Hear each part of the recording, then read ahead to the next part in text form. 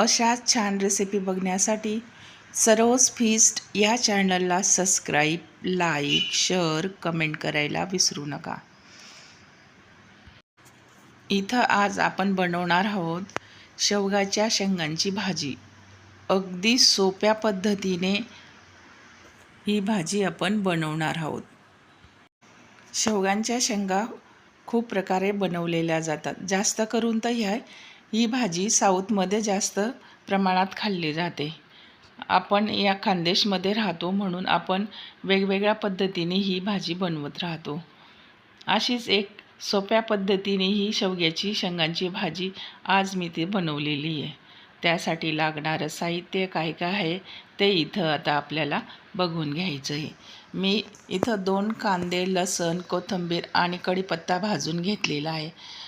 लाल तिखट घेतलेलं आहे गरजेनुसार, हळद घेतली गरजेनुसार, जिरं घेतले गरजेनुसार, शेंगदाणे घेतलेले आहेत गरजेनुसार आणि इथं मी काळा मसाला वापरलेला आहे. हे सर्व साहित्य आता आपल्याला एका मिक्सरच्या जारमध्ये टाकून बारीक करून घ्यायचं आहे.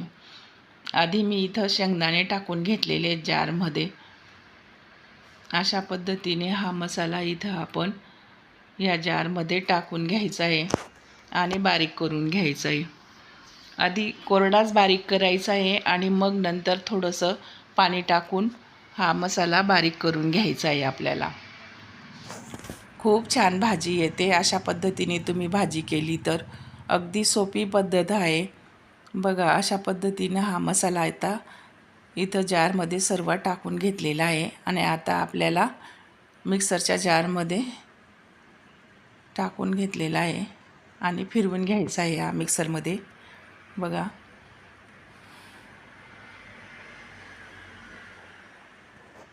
अशा पद्धतीने इथं मी हा मसाला तयार करून घेतलेला आहे. आता याच्यामध्ये थोडंसं आपल्याला पाणी टाकून घ्यायचं आहे आणि परत फिरवून घ्यायचं आहे.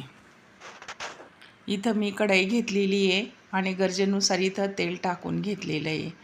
1 स्पून इथं जिरं टाकलेलं आहे आणि जिरं तडकल्यानंतर इथं शेवगाच्या शेंगा मी टाकून घेतलेल्या आहेत. बघा, अशा पद्धतीने या शेंगा आपल्याला तेलामध्येच फ्राय करायच्या आहेत व्यवस्थित.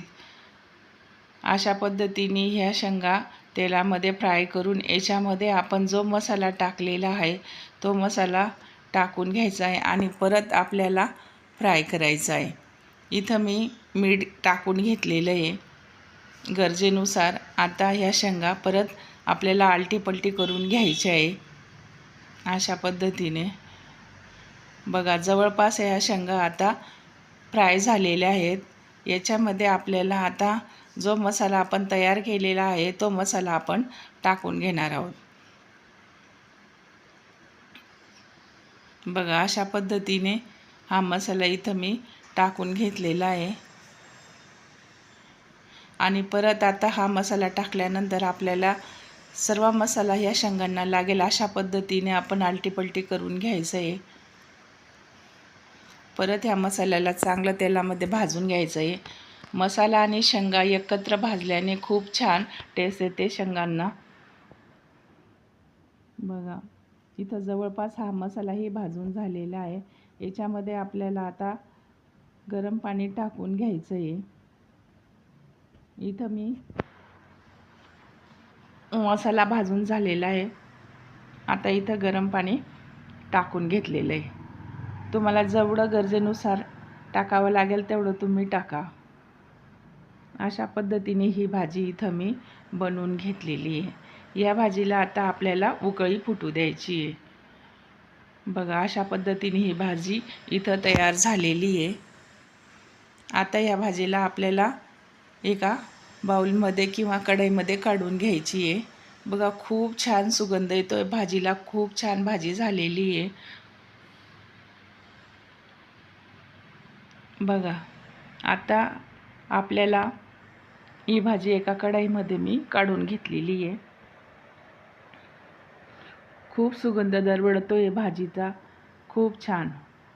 तुम्ही सुद्धा अशाच पद्धतीने भाजी करून बघा, तुम्हाला नक्की जमेल. अगदी सोप्या पद्धतीने भाजी बनवलेली आहे आणि तुम्हाला ही रेसिपी मी दाखवलेली आहे. चला तर मग भेटूया अशा छानपैकी पुढच्या रेसिपीमध्ये. पण लाईक, शेअर, कमेंट करायला विसरू नका प्लीज. अशाच छान रेसिपी बघण्यासाठी सरोज फीस्ट या चॅनलला सबस्क्राईब, लाईक, शेअर, कमेंट करायला विसरू नका. तुम्ही शेवग्याच्या शेंगांची तर भाजी करतातच, पण तुम्ही शेवगाच्या शेंगांचा ठेचा करून बघा, खूप छान लागतो. या शेंगा आपण जशा पाण्यामध्ये उकळून भाजी करतो, आता मी जसं की तेलामध्ये या शेंगा फ्राय करून ही भाजी बनवलेली आहे, तशीच शेवगांच्या शेंगांचाही ठेचा खूप छान लागतो.